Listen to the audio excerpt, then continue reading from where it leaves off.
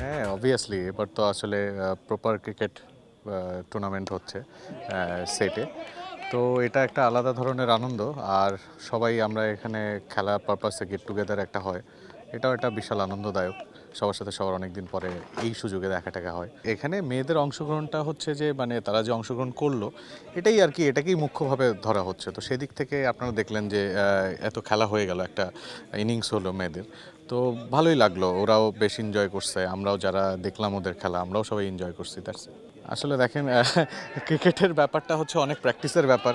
তো সেক্ষেত্রে আমার মনে হয় না যে আমরা তো এমনিতে রেগুলারলি খেলছি বা খেলে আসছি, খেলা হয়। মেয়েদের টাইমটা ওরকম ছিল না আমার যতটুকু মনে হয়। তো এটা প্র্যাকটিসের ব্যাপার।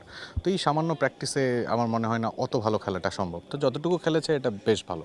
আসলে বাসায় প্র্যাকটিসটা আমি ওভাবে বলবো না, আসলে ক্রিকেট গ্রাউন্ডে প্র্যাকটিস করতে হয়। কারণ কিছু ব্যাপার থাকে। আমি অনেককে জিজ্ঞেস করছিলাম কেমন লাগতেছে খেলতে, তারা বলতেছিল যে একটু নার্ভাস।